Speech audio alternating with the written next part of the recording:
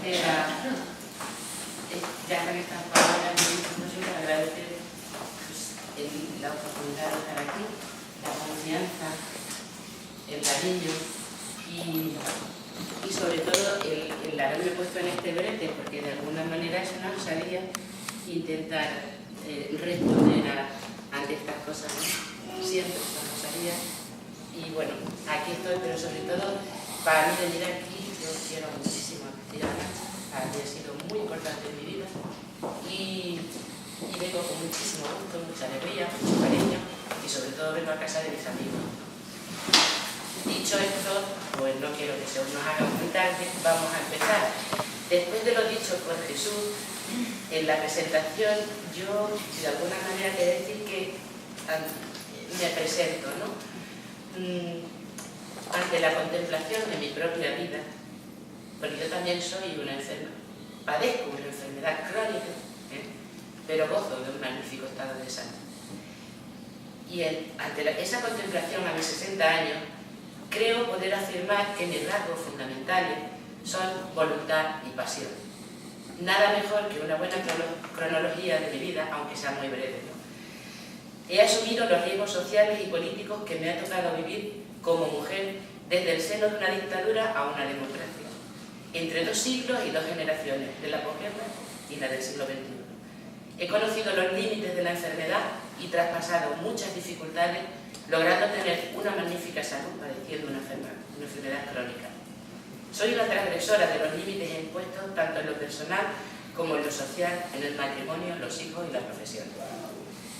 He roto el dualismo religioso en el que nos han hecho creer, el de los estereotipos evangélicos de Marta y María, que han sido para mí 2 caras de una misma moneda y por lo tanto con el mismo valor.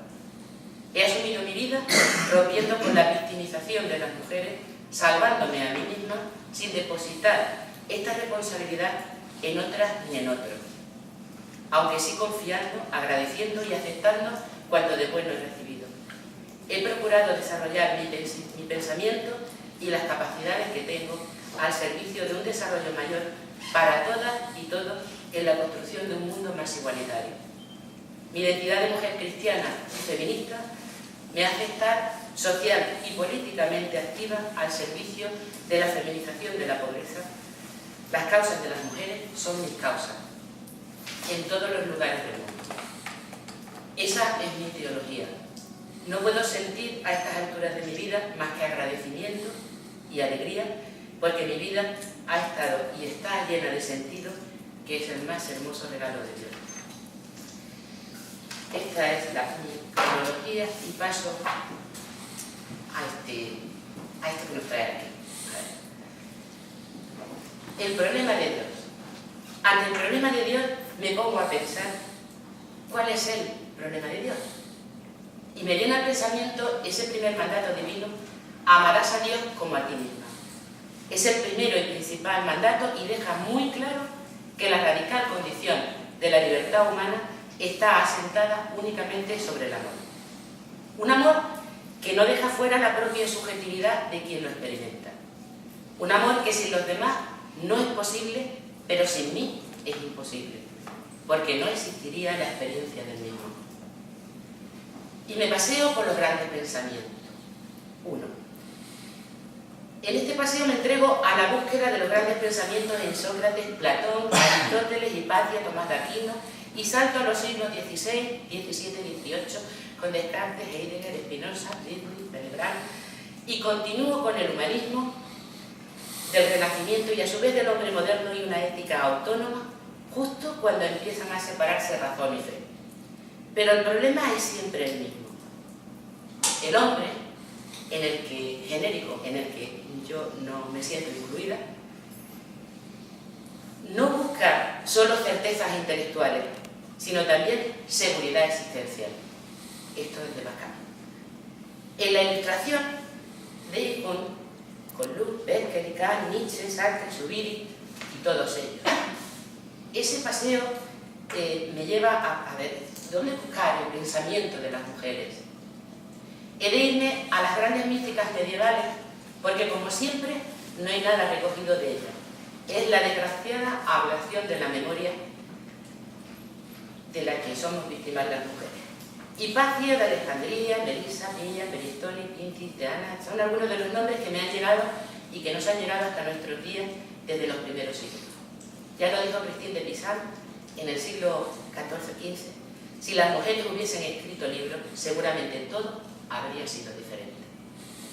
En las filósofas medievales son poquísimas las mujeres laicas con un alto grado de instrucción y cultura de las que nos ha llegado alguna noticia. En los 3 últimos siglos del medievo, las mujeres asumieron papeles de una importancia sin precedentes en el campo religioso. Tras Hildegard de Bingen, se sitúan místicas y escritoras religiosas del siglo XIII. La escritura religiosa era la modalidad expresiva fundamental para las mujeres entre el final del XII y comienzo del XIII. Se había recogido en torno a Clara de Asís en San Damián, donde confluyeron tantas congregaciones, Beatriz de Nazaret, Matilde de Magdeburgo, Margarita de la ciudad de Castello, Clara de Montefato, Clara de Lambert, Catalina de Siena, Guillermina de Bohemia, Margarita Poré, Juana de Arco, todas ellas. Este legado filosófico se continúa actualmente en María Zambrano, en Celia Morós, en Victoria Camp, en Victoria Sau, en Amelia Barcárcel, son nuestras filósofas españolas, y algunas más que hay por ahí. 2. La experiencia humana del éxodo. Tras el paseo por los grandes pensamientos, vuelvo al relato de la experiencia histórica, de ese momento mencionado del éxodo en el que, cansados y hambrientos, y recordando la cebolla que comían como esclavos de Egipto, se entregan al libre albedrío de los placeres, buscando erróneamente consuelo ante tanto sufrimiento, confundidos, desorientados ante la aparente ausencia de felicidad en sus vidas. Me imagino a un Moisés estupefacto, desalentado y enfadado. Terrible experiencia humana que seguimos reproduciendo cada día en nuestras vidas, pues a poco que reflexionemos y nos adentramos seria y profundamente en nuestra existencia y en nuestra propia experiencia real, ¿qué es lo que contemplamos cada día? ¿Y qué es lo que ejercemos? Cuando no podemos soportar el fracaso, el dolor, la incertidumbre, el sufrimiento. ¿Cuántas veces huimos hacia la búsqueda de un bálsamo efímero de placer inmediato? Y volviéndome a la pregunta, ¿pero cuál es el problema de Dios? Y dicho de otra manera, ¿para quién es Dios un problema? Pienso, como diría María Zambrano, para nuestra irreprimible trascendencia humana, que es la que busca una respuesta. Las religiones son solo indicadores de camino, pero nada más. Como dice el poema de Machado, caminante no hay camino, se hace camino al andar. O como diría Zubiri, el hombre no es su vida, vive para ser. Mayoritariamente la forma de llegar a ese punto de trascendencia es cuando hemos traspasado umbrales en los que ya nuestra razón teórica o especulativa no encuentra explicaciones convincentes ni puede ofrecernos respuestas absolutas. Con la palabra Dios, como con la palabra amor, podemos hacer innumerables trampas, pero de nada sirven estas cuando aparece una experiencia radical, que nos desvela por dentro y nos deja al desnudo. Es una experiencia de vida y de muerte que quiebra nuestras seguridades y nos deja sin lugar a donde agarrarnos. Esa experiencia es oración, y en ella cabe el grito e incluso la desesperación de no encontrar ningún consuelo, ningún apoyo. Es también lugar de revelación, donde se quiebran todas nuestras imágenes de Dios y solo queda el vacío. Aprendemos entonces, conscientes de ello o no, que ese vacío puede ser transparente una vez nos abandonamos, rendidos, todo activo de defensa, que la soledad espantosa, que es la otra cara de la muerte, puede ser tierra fecunda donde germine la luz. Quien desde ahí, derrotada, dice sí a la vida, dice sí a Dios, lo sepa o no, sale transformada ya sin miedo, pues la muerte deja de ser enemiga para convertirse en aliada, en fuente de libertad. Morimos muchas muertes desde el nacer y nos quedan muchas muertes que es necesario afrontar. y en la medida de lo posible llegar a más. Nuestro conocimiento de la realidad de cuanto nos acontece se tambalea porque la experiencia propia y la de quienes nos rodean hacen barro de lo que fueron cimientos. El fracaso en una vida, la enfermedad, el anuncio de la muerte temprana, en una de mis muchas intervenciones quirúrgicas, estuve ingresada durante 2 meses en Madrid, en La Paz. Esta fue una de las gordas. Aún resuena en mi interior el grito desesperado de impotencia ante lo que se me avecinaba, junto a tanta incertidumbre, soledad y miedo. Conocí allí a tanta gente con dolor y sufrimiento. Conocí a un muchacho al que un accidente de tráfico le había amputado su pene. A una chica que otro accidente le había reventado su aparato reproductor. Ella me hizo revivir otra de mis muertes a mis 18 años. Observé cómo se alejaban los amigos y amigas en esos momentos, en los que quizás yo me sentía más necesitada, excesivamente ocupados en la lucha. Observé con dolor que el miedo de mi madre, que me acompañaba con una fuertísima depresión, era aún más fuerte que el mío propio. Le pedí a Dios fuerza para encontrar la esperanza y la alegría. Desgraciadamente confundimos la experiencia de ser con la proyección de ser de una determinada manera que tiene mucho que ver con la cultura superficial y frívola en la que estamos viviendo. En la que estamos además inmersos. Vivimos como seres encindidos, sin saber muy bien quiénes somos, con qué o con quién nos identificamos, dónde ponemos nuestro mayor deseo, la vida, el amor o Dios.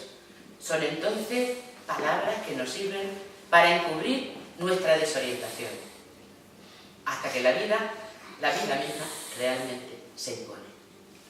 Es como llegar al punto de una circunferencia en nuestras vidas como si fuera un círculo cerrado, atrapamiento y asfixia que no se puede vivir con ello sin romperlo. Un ingeniero de la NASA, amigo que conocí, abandonó su posición de poder, una alta posición de poder y de privilegio, y me contó que la misma experiencia vital le condujo a ello. No fue un problema de salud física, fue una experiencia de asfixia y de necesidad de romper ese encerramiento vital. Es necesario un ascenso a una nueva comprensión mayor de lo que conocemos como realidad, como vida, y es así como descubrimos una nueva actitud de apertura hacia el misterio, cuanto menos. La desorientación nos lleva a la oscuridad, desde el abatimiento, la desolación, el sufrimiento, atrapadas y atrapados en nuestra realidad, de la que solo nos queda la búsqueda de la seguridad existencial. Encontrar el sentido de aquello que no lo tiene desde la metafísica, la mística y la esperanza. Es en ese momento en el que nuestros sentidos parecen desconfigurarse para ser estrenados de nuevo. Nuestra mirada, nuestros oídos, toda percepción se vuelve mucho más integradora, permeable. Es ese preciso instante en el que iniciamos un nuevo modo de sentir y de conocer la realidad en la que nos toca vivir. Es entonces cuando se inicia un diálogo que sin apariencia de respuesta se encuentra. Las encuentra. Es precisamente entonces cuando iniciamos ese ascenso humano de trascender lo que consideramos nuestra realidad única, y es ahí donde nos encontramos con Dios. Es un conocer de manera diferente en el que intervienen la espiritualidad, la mística, la contemplación. Pero sí sabemos que integra la información de un modo real y verdadero, y no solo desde la limitada facultad intelectual para la que no es posible captar la realidad en sí. Es desde esa comprensión desde donde se integra de una manera distinta a lo conocido, a lo experimentado. 3. Llegamos al motivo real de nuestra existencia. El motivo real de nuestra existencia es que hemos nacido como personas para poder crecer y madurar hacia una existencia más amplia, Esta búsqueda de sentido de la existencia en plenitud no puede ser encerrada en la pareja, la sexualidad, el dinero, la carrera profesional o el poder. Sabemos que los sistemas cerrados se destruyen a sí mismos como el mito de Narciso. Esto también está ocurriendo en las religiones. Nos encontramos que la moral se ha convertido en un fin en sí misma y que está al servicio de la ética y está al servicio del dinero y del poder. Es necesario reconocer la necesidad de traspasar la frontera hacia una conciencia transpersonal, una conciencia con experiencia de desierto, que es deshacimiento y vacío.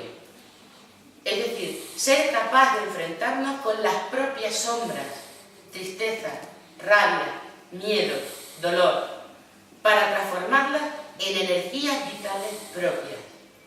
Y vuelvo a la pregunta, ¿pero cuál es el problema de Dios? Y no hallo más respuesta que el problema no es Dios, sino yo misma. Soy yo quien no responde al mandato divino de libertad y de liberación profunda.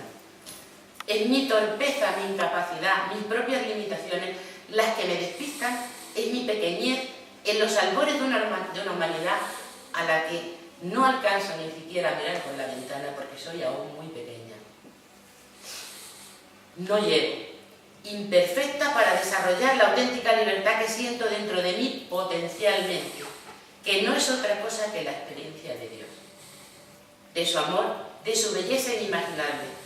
Cualquier ejemplo es imposible para expresar lo que siento vivo y experimento como certeza profunda y absoluta.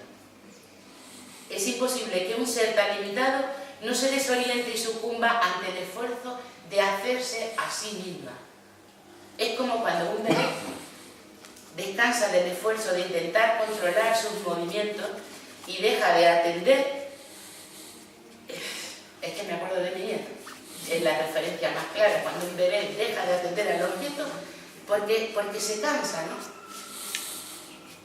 Ese llegar a hacerse. No podemos perder la atención, porque si no nos desorientamos y perdemos la capacidad de ir hacia donde queremos ir. Este es el problema. Este es el reto de caminar desde el ser para llegar a ser. Puedo leer, aprender y entender de cuantos filósofos y eruditos. Puedo aprender y sentirme dentro de cuantas mujeres sabias y eruditas compartiendo con ellas desde mi condición de mujer, desde la esclavitud impuesta que espolea aún más la búsqueda de la libertad. Puedo hacer todo ello mejor o peor, pero lo que no puedo afirmar desde mi experiencia es que Dios sea un problema, sino lo contrario. 4. ¿Cómo explicarlo?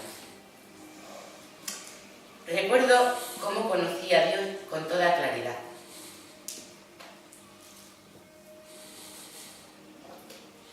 Y en los instantes precisos.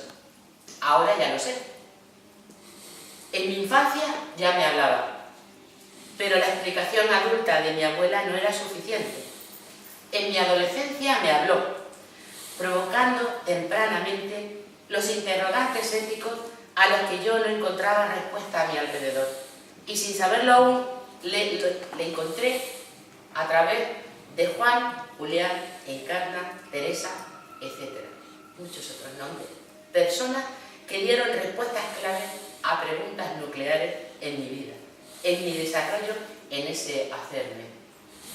Era como una música interior que acompañaba mis pasos y que a duras penas podía oír, pero sí sentía su estímulo.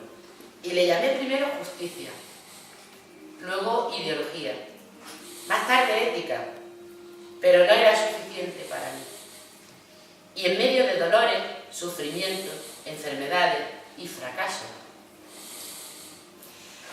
como si de un mal bravo se tratara, mis pasos en la más profunda y radical de las soledades me llevaron al diálogo del silencio interior. Anonadada, embriagada, asustada del mismo de la oscuridad ante tanta falta de respuesta, ante lo que ni siquiera sé que estaba yo preguntando o preguntándome, solo lloraba y pedía en silencio por cuanto me ocurría. Recuerdo cómo se hizo en mí la luz, la fuerza y el coraje para discernir, en cada momento, no sin miedo e inseguridad, o terror a veces, pero sí con una extraña certeza, sí como acompañada, sí como sostenida, sí alegre y muy feliz. Sí, sintiéndome profundamente libre y dueña de mí, como si iniciara una nueva ruta interna y externa en mi vida. Extraordinariamente, nada y todo había cambiado en mi vida. Yo sentía como si creciera un palmo más en cada uno de esos momentos. En uno de esos momentos tiene que ver con Ciudad Real, que fue cuando vine aquí, en el año 82, una frase me sirvió consolando mis noches, mis días y mis tribulaciones. Señor, haz que descubra mi soledad para poder colaborar contigo en la salvación del mundo. Y lo que ocurrió es que fui yo la salvada. Podría contar lo que considero experiencias personales de Dios, como cualquiera que las ha tenido, porque todo ser humano las tiene. Únicamente hay que querer descubrirlas. Desde mi experiencia, el problema de Dios no es otro que el problema de una humanidad que se está gestando a sí misma en libertad. Caminamos sobre aguas turbulentas. Y como en la parábola de Jesús de Nazaret, la opción es tomar el camino de la vida o de la muerte. No es posible dejar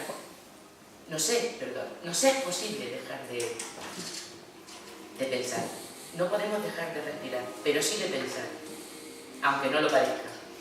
Solo es necesario negarse a sí, o lo que debe hacerse consigo. Ese es el problema de Dios. Sin Dios. Lo que podemos llamar negarse a ser, negarse a amarse, negarse, en definitiva, a la libertad con la que hemos sido creadas y creados. Aunque Jesús de Nazaret y su proyecto me fue bien presentado, yo no podía identificar mis interrogantes de mujer en este siglo con los de él. Y seguí buscando respuestas en la teología tradicional, más tarde en la teología feminista, y seguí creciendo otro palmo. Y llegué en otro mar de turbulencia a un nuevo diálogo de silencio en el que nuevamente Dios me respondió y yo comprendí. La radical actualidad del mensaje de Jesús de Nazaret me devolvió la paz interior para seguir entendiendo que el problema de Dios no es otro que la coherencia entre lo que se vive y lo que se piensa. Y esto es bien difícil. Por eso lo mataron. Por eso no tenía escapatoria alguna, como muchos y muchas mártires de los que se sabe bien poco. A veces pienso que mis tribulaciones y las de Jesús de Nazaret tienen serias diferencias de amenaza y otras no tanto, porque creo seriamente que mis experiencias de muerte, tan cargadas de espanto, tienen también una especie de soporte común al sentirme amada por Dios.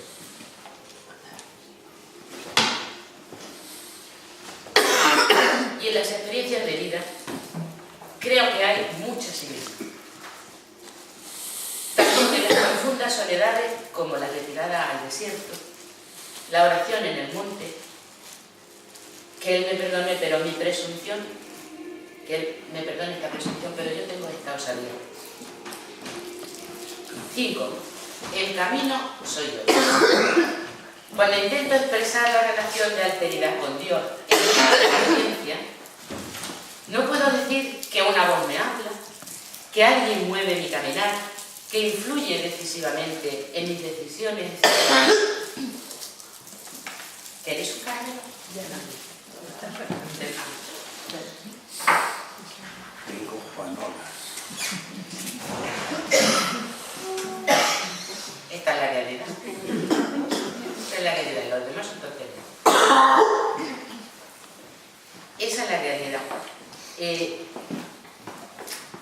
Esa realidad es mi realidad en mi sentir y en mi actuar. Desde un lugar ilimitado del no solo pensamiento, dentro de mi ser,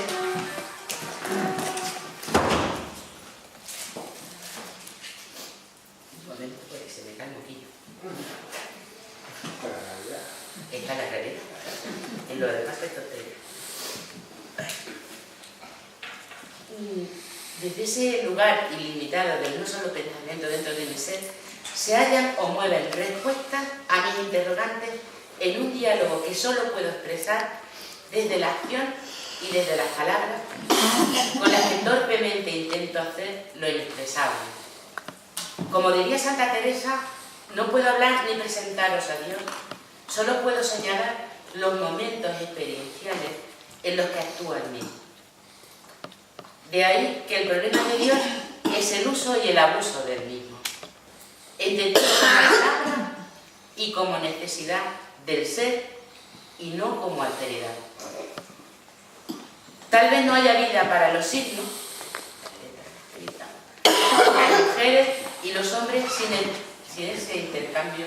¡Habla! Por favor.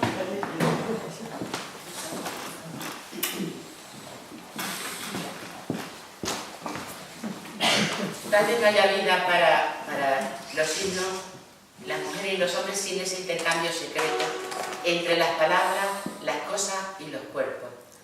Solo es posible hablar de Dios como relación y diálogo trinitario en la que intervienen el ser, Dios, amor, energía y la espiritualidad de la persona que quiere, desea, aspira y necesita al ser para ser en sí misma. Diálogo y relación que se realiza dentro de un marco, contexto o realidad humana imprescindible para hacer posible su visibilidad o reconocimiento ante sí y ante quienes están en ella. Dios no es objeto de fe. Si sabemos poco de Dios es porque nos hace poca falta. Tal vez por el enorme autoengaño sobre nuestras necesidades, capacidades de respuesta y limitaciones, o tal vez porque el criterio de la realidad sea ya lo dicho o lo establecido o lo deseado por otros de los que cada vez se sabe menos quiénes son. Nos conformamos con verdades de las que nada sabemos y con deseos ficticios creados desde ellas, desde su publicidad, como una inmensa bola de nieve que nos va envolviendo, convirtiéndonos en modelos intercambiables al uso. 6. Relaciones no intercambiables. Son las de aquellas personas en las que he reconocido la experiencia de Dios y paradójicamente el problema de Dios. Mi amigo del alma, Antonio, sacerdote y psicólogo, murió con el desgarrador sentimiento de no sentirse amado por Dios, siendo él un hombre de Dios que entregó su vida al servicio de los más pobres, vaciándose de todo reconocimiento o posible propiedad, ya fuera de cosas o poderes. Renunció en su vida hasta su salario de cura por convicción de no comulgar con el clero eclesiástico en sus interpretaciones evangélicas, teológicas y pastorales. Experimentó en carne propia el sufrimiento de graves enfermedades con amenaza de muerte, además de la exclusión de los ámbitos clericales conservadores. Sus múltiples limitaciones de salud no le impidieron seguir sirviendo y constituirse en referencia de otros y de otras.